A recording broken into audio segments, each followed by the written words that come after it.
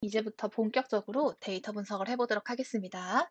첫 번째, 하위 목표인 핫플레이스가 있는 행정동의 시간대별 평균 인구 그래프, 그리고 그 그래프 분석하기까지가 되겠죠. 이제 제가 맨 처음에 목표를 잡을 때, 이런 식으로 그래프를 그릴 수 있지 않을까라고 이제 구상을 한 스케치예요. 이 스케치를 잘 보시면 우리가 해야 할 게 조금 더 명확해진다고 말씀드렸었죠. 지금 X축은 0부터 23까지 시간대입니다. 그러니까 이거는 간단하게 레인지에 쓰면 될 것 같아요. Y축은 이 시간대별 땡땡동의 평균 인구가 들어가야 됩니다. 이 1에 해당하는 것도 땡땡동의 1시 평균 인구, 그리고 땡땡동의 2시 평균 인구 이렇게 들어가야 되겠죠. 그러니까 리스트가 필요한데 길이가 24인 리스트가 필요하고요. 인덱스는 0부터 시작하니까 23에서 끝나게 되겠죠. 그 리스트 이름을 population이라고 한번 해볼게요. 이 population 리스트를 잘 보면 가장 처음이 0시의 인구가 될 거니까요. 인덱스 0에는 0시의 평균 인구가 들어가야 될 거예요. 그 다음에 인덱스 1은 X축이 1인 경우에 대응되니까 1시 평균 인구가 들어가야 될 거고요. 인덱스 2에는 2시 평균 인구가 들어가야 될 겁니다. 다 동일하게 쭉쭉쭉쭉 가서 마지막에는 인덱스 23에는 23시의 평균 인구가, 인덱스 22에는 22시의 평균 인구가, 인덱스 21에는 21시의 평균 인구가 들어가야 되겠죠. 그래서 시간이 곧 population의 인덱스가 됩니다. 그러니까 시간을 구하는 게 중요하겠네요. 위에 보시면 그 시간은 바로 나와 있어요. 요 보이시죠? 시간대 구분은 로우 1에 있는 거 보이시죠? 그래서 로우 1에 있는 거 그대로 활용을 하면 됩니다. 내려와서 알고리즘 한번 작성을 해봅시다. 자, 알고리즘. 우리 카드 내역 데이터 했었을 때랑 똑같아요. 먼저 빈 리스트 만들어주고 인구 데이터를 반복문으로 돌면서 조건이 맞으면 그 리스트에 적절한 인덱스를 찾아서 누적해서 더해주면 됩니다. 다만 지금 우리가 구하고 싶은 거는 평균 인구이기 때문에 반복문이 끝나고 리스트가 완성이 돼도 그 리스트의 모든 원소를 31로 나눠 주어야 돼요. 그쵸? 12월 달은 31일까지 있으니까 31로 나눠줘야 되겠죠? 그래서 한번 해봅시다. 자, 알고리즘. 자, 시간대별 평균 인구를 저장할 리스트. 이 리스트 이름을 우리 방금 정했어요. population이었습니다. 자, 리스트를 만드는데 이거를 길이 몇 자리로 만들어야 돼요? 0부터 23까지니까 길이 24자리죠. 그래서 길이 24로 만들고 각 초기 값을 뭘로? 0으로 저장하기. 그러니까 0이 총 24개 들어가 있어야 돼요. 그 다음에 인구 데이터를 반복문으로 돌아야 되겠죠? 인구 데이터, 요거는 변수 데이터에 있습니다. 를 첫 행부터 마지막 행까지 반복하며, 자, 무엇을 해야 되냐? 위에 있는 데이터 헤더 한번 다시 보겠습니다.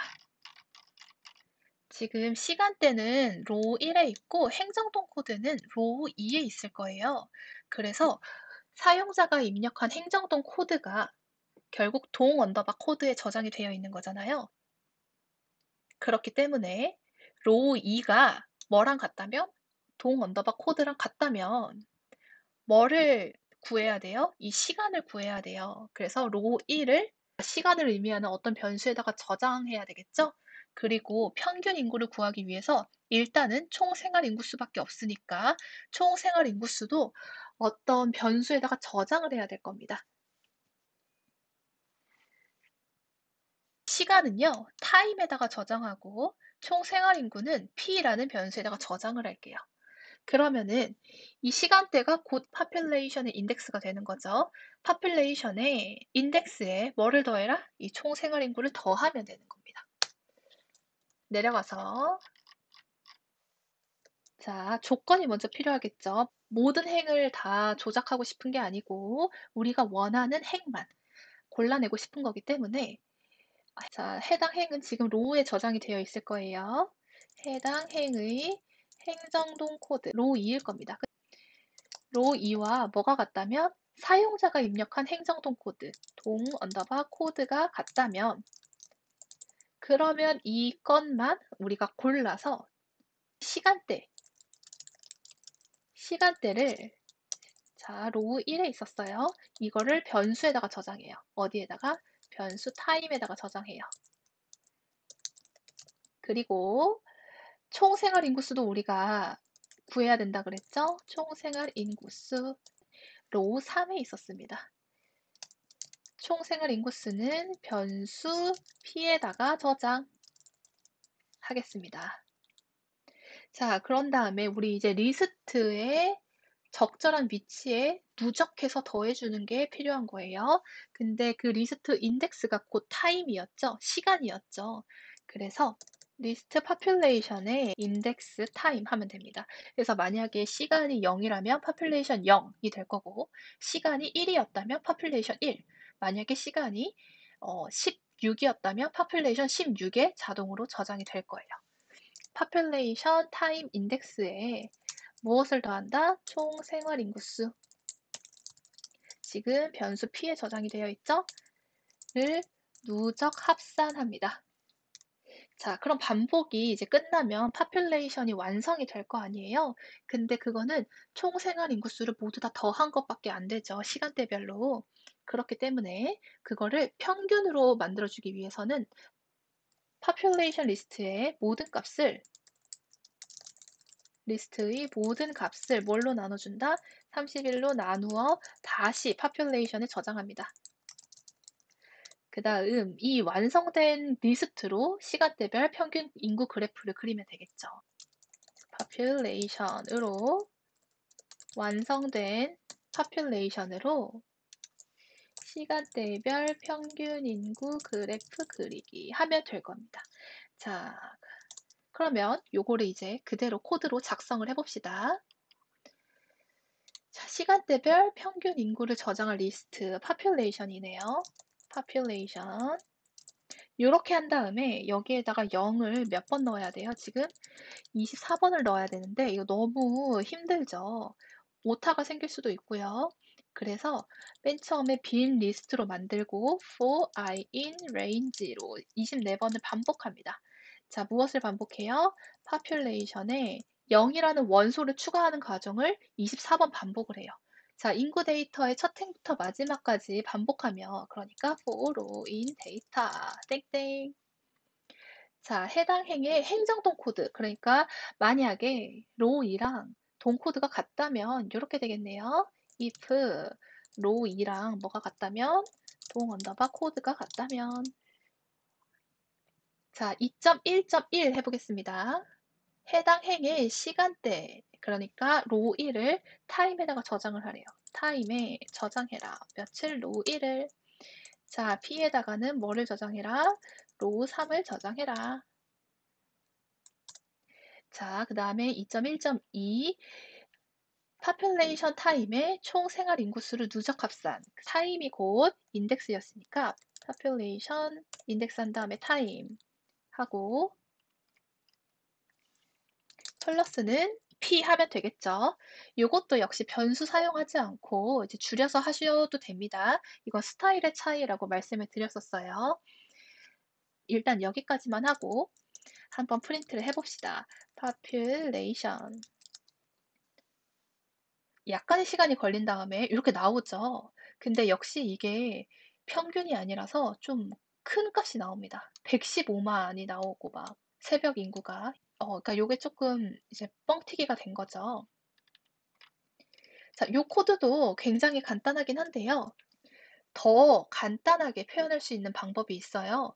요거를 한 줄로 표현할 수 있고 이 두 줄도 이제 한 줄로 표현할 수 있는 방법이 있거든요. 그래서 더 많은 것을 진행하기 전에 요거 먼저 배워보고 가겠습니다. 자, 프로젝트 단계이긴 하지만 그래도 더욱더 간단히 할 수 있는 부분은 우리가 배우고 가면 좋겠죠. 원래 리스트에서 말씀을 해드리려고 하기도 했었지만 그러면 처음 리스트를 배울 때 너무 많은 요소를 배우게 돼서 인지 부담이 생기게 될 것 같아서 제가 여기에서 말씀을 드립니다. 자, 첫 번째. 리스트 요 세 줄 있죠? 이 population 리스트 만들고 0, 24개 넣는 거 요거를요 한 줄로 줄일 수 있어요. 요렇게 줄일 수 있습니다. population은 자 리스트다 요렇게 되어 있죠. 이게 지금 첫 번째 줄이 이렇게 표현이 된 거예요. 그 다음에 여기 for i인 range 24 있죠? 요거는 두 번째 줄이 요렇게 표현이 된 거예요. 여기 있는 0 있죠? 이거는 우리가 추가하고 싶은 원소가 이렇게 표현이 된 겁니다. 그래서 지금 보면은 이 세 줄이 다 어딘가에 들어가 있어요. 다시 한번 깔끔하게 보면 population은 리스트인데 어떤 리스트냐면 이 레인지에 0부터 24까지 반복하면서 0을 추가하는 리스트이다 라고 이해하시면 됩니다. 그래서 리스트 안에 반복문을 가지고 있다고 해서 리스트 내포라고도 하는데요. 한번 같이 해볼게요. population에 0을 넣어라. 몇 번? 24번을 for I in range. 자, 그 다음 프린트 해서 population 한번 확인해 봅시다. 네, 그러니까 이제 0이 24개가 딱 들어간 게 보이죠? 요거 랭스도 한번 확인을 해볼까요? 24개가 맞아야 되잖아요. 그래서 요거 한번 확인해 보면 역시 24개가 맞습니다. 여기서 하나 더 해볼게요. 0 대신 1을 하면은 population에 뭐가 들어갈까요? 1이 몇 개 들어가요? 24개 들어가겠죠. 그래서 1 한 다음에 print population 한번 해볼게요. 그러면 1이 당연히 24개가 들어갑니다. 1 말고 I 한번 해볼까요? I. 그러면은 I에 해당하는 게 그때그때마다 달라지는 거잖아요. 그때그때마다 달라지는 I가 차례대로 추가됩니다. 자, 그러니까 0부터 24가 차례대로 추가된다는 의미겠죠? 실행. 네, 제가 말씀드린 것처럼 첫 번째에는 i에 0이 들어있으니까 0이 추가가 되고요. 두 번째에는 i에 1이 들어있으니까 1이 추가되고 이렇게 되겠죠. 그래서 이런 식으로 이제 하실 수 있습니다. 자, 그럼 요것도 할 수 있어요. 리스트의 모든 원소를 31로 나누는 것도 한 줄로 할 수 있습니다. 어떻게 할 수 있냐면 population에 저장해라 for i가 아니라 population의 모든 원소를 반복문으로 다뤄보는 거예요. 그러면은 for 한 다음에 리스트의 가장 앞 이니셜인 p in population 이렇게 할 수 있겠죠. 그러면은 population의 첫 번째 원소부터 마지막 원소까지 차례대로 p에 저장이 될 겁니다. 자, 그러면 그 p를 뭘로 나눠라? 31로 나눠라. 이렇게 하면 돼요. 되게 간단하죠? 이것도 프린트한 다음에 population 한번 해볼게요. 지금 population에는 0부터 23이 차례대로 저장이 되어 있어요. 그래서 이렇게 하면은 다 소수점이 될 것 같네요. 실행해 봅시다. 네, 첫 번째는 0을 이제 나눌 수 없으니까 0이 됐고요. 1을 31로 나눈 거 이렇게 됐네요. 조금 더 명확하게 표현하기 위해서 위에서 population에 모두 31이 저장이 되어 있다고 해보고 한번 실행해 봅시다. 그럼 31이 24개가 저장이 되어 있겠네요. 자, 이 밑에에서 이 모든 원소를 31로 나누면 지금 다 31일로 되어 있는 게 뭘로 변경될까요? 1로 변경이 되겠죠. 그래서 요거 실행해 봅시다. 실행. 모든 원소를 31로 나누니까 1.0이 되었습니다.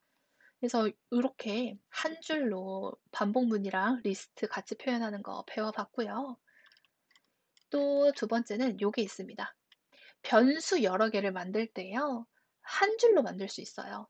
그러니까 제가 처음에 3장에서 가르쳐 드린 거는 애플은 1200원, 그 다음에 바나나는 800 이런 식으로 가르쳐 드렸죠.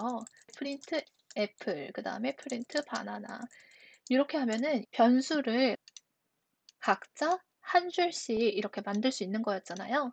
근데 이거 두 개를 합칠 수가 있어요. 어떻게 하냐면 변수 이름끼리 몰아서 써줍니다. 그래서 애플, 바나나 그 다음에 이 변수에 저장할 숫자끼리 오른쪽에 써줍니다. 800 요렇게 작성을 하면요. 첫 번째 변수의 첫 번째 값이 저장이 되고요. 두 번째 변수의 두 번째 값이 저장이 돼요. 간단하고 직관적이죠? 그래서 별로 어려울 게 없으실 겁니다. 요거를 실행해도 그대로 애플이 1200이고 바나나가 800인지 한번 봅시다. 실행. 네, 여전히 똑같네요. 그래서 이렇게 변수 여러 개를 한 줄로 쓰는 거 활용을 해서 자, 위에 있는 거 복사 밑에 붙여 넣어 봅시다. 자, 요거 세 줄 한 줄로 할 수 있겠죠, 이제.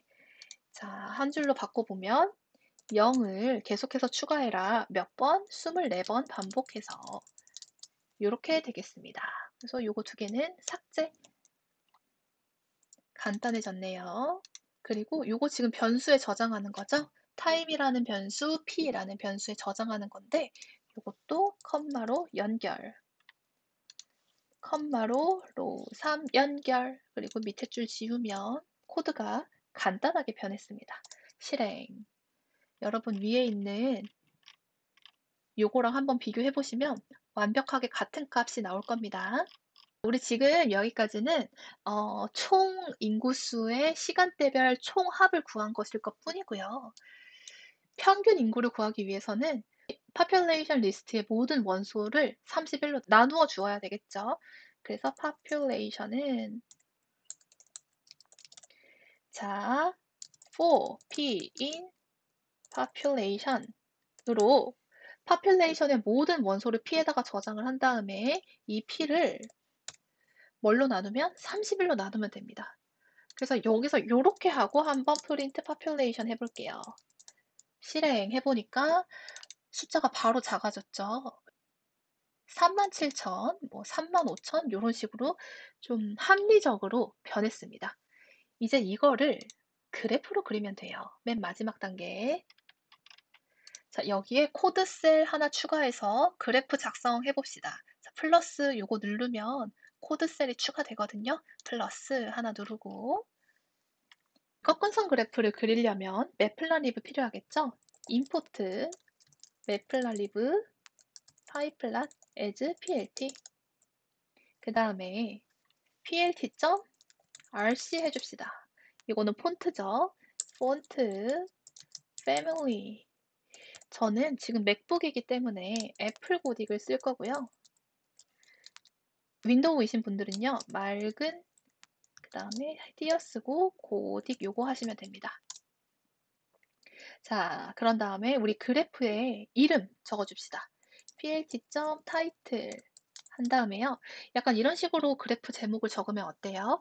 뭐, 압구정동의 시간대별 평균 인구라든지 아니면 만약에 진관동을 입력했으면 진관동의 시간대별 평균 인구 이런 식으로 그래프 제목을 붙여주면 좋잖아요. 그러니까 그 행정동 이름이 저장되어 있는 변수가 필요해요. 동 언더바 네임 그런 다음에 플러스로 문자와 문자를 더해줍니다. 시간대별 평균 인구 이렇게 해주고요. 여기에 컴마 쓰시면 안 됩니다. 그 이유는요. 함수의 인자로 인식하기 때문인데 그거는 13장 함수 파트에서 조금 더 자세히 배우도록 하겠습니다. 자, 어쨌든 지금 타이틀을 붙여 주었고요. 그 다음에 우리 그래프 그려주면 됩니다. plt.plot이겠죠? plt.plot range x축은 0부터 23까지니까요. 그냥 이렇게 적어주면 될 겁니다. 그 다음에 y축은 population에 있는 거 적어주면 되겠죠? 칼라 뭐 인디고 해볼까요? 인디고 그래프 선은 좀 진하게 잘 보이는 게 저는 좋더라고요. 그 다음에 x라벨, y라벨도 한번 붙여봅시다. plt.x라벨 자, x라벨은 우리 뭐라고 할 거냐면 시간대 plt.y라벨은 이제 평균 인구가 되는 거겠죠? 평균 인구수 마지막에 plt.show로 그래프를 보여줘야 될 겁니다. 자, 실행해보니까 주피터 노트북에서 처음에는 이렇게밖에 안 나와요. 당황하지 말고 다시 실행을 하면 잘 나옵니다. 그래서 압구정동의 시간대별 평균 인구가 잘 나와요. 자, 여기 보면 약간 흐린 면이 있네요. 그리고 시간대도 이게 자동으로 세팅을 해 줘서 그런지 다 표현이 안 됐어요. 그래서 요거 쪼끔 보완해 볼게요. 자, 맨 위에 가서 plt.figure DPI 배웠죠? 해상도 설정하는 거 150 정도로 해 봅시다. 그다음에 요 눈금 표현하는 거는 제가 책에는 되게 자세하게 설명을 드렸는데 영상에서는 시간 관계상 다 다루지 못했었어요. 지금 그냥 바로 해 보자면 라벨 붙이기 전에 한번 해 볼까요? plt.xtix라는 게 있습니다. 이건 뭐냐면 X축의 눈금을 지정을 해 주는 거예요. 그래서 range 한 다음에 24 하고 0부터 23까지 해당하는 눈금에 이 숫자를 대응해 줘라고 해서 0부터 24 이렇게 해 주면 됩니다. 이러면 이제 눈금이 이제 잘 표현이 될 거예요. 한번 결과를 확인해 볼까요? 실행. 잘 나오는 게 보이시나요? 그 압구정동 시간대별 평균 인구 타이틀 잘 붙었고 그다음에 평균 인구수 엑스라벨 잘 붙었고 그다음에 시간대도 아까는 0, 5, 10 이런 식으로 5 단위로 나온 거에 비해서 몇 시인지가 명확하게 이제 보이기 시작했어요. 그래서 요게 엑스틱스의 효과라는 거 알아두시면 될 것 같고요. 하위 목표 1에 대해서 일단 결과가 나왔으니 분석을 해 봅시다. 자, 압구정동은 지금 이때 제일 인구가 적어요. 1 시부터 6 시에 인구가 제일 적어요. 근데 이제 제가 생각을 했을 때 새벽 시간이잖아요. 1 시부터 6시 사이에는 대중교통도 끊기고 이동이 여의치가 않고 그리고 일반적으로 자는 시간이기 때문에 이때의 인구수가 진짜 압구정동에 실제로 거주하고 있는 인구가 아닌가라는 생각이 들었어요. 그래서 일단 그렇게 추측을 한다면 압구정동에 실제 거주하는 사람은 이제 35,000명 내외 정도가 될 것 같다라고 예측을 할 수 있고요. 가장 인구수가 많을 때에는 이때예요. 요때. 그래서 요때가 어느 때냐 보니까 일단 대략적으로 12시부터 뭐 혹은 1시 요때부터 이제 6시까지예요. 이때를 기점으로 7시부터는 이제 급격하게 떨어지는 게 보이죠. 그래서 12시부터 6시 사이에는 평균적으로 사람이 굉장히 많다. 그래서 제가 만약에 압구정에 있는 핫플레이스나 맛집을 가고 싶어요. 그러면은 이 시간대는 가면 돼요? 안 돼요? 안 돼요. 피해야 되겠죠. 대기 시간을 줄이려면 이 시간대는 피해야 될 확률이 높다. 자, 그러면 친구한테 언제 만나자고 해야 되냐? 요때 있죠. 요때는 비교적 사람이 적네요. 그래서 9시부터 11시 사이, 뭐 10시부터 11시 사이에 브런치 먹거나 커피 한 잔 마시거나 그러면 좋을 것 같아요. 혹은 7시 이후, 저녁 7시 이후에는 압구정동이 급격하게 사람이 감소돼요. 그 친구랑 만나려면 이제 7시에 저녁 약속을 잡으면 되겠다라고 우리는 분석을 할 수가 있겠죠. 그래서 제가 분석 결과를 좀 정리를 해 놨는데요. 이런 식으로 그래프를 보고 본인의 생각을 바탕으로 분석하시면 됩니다.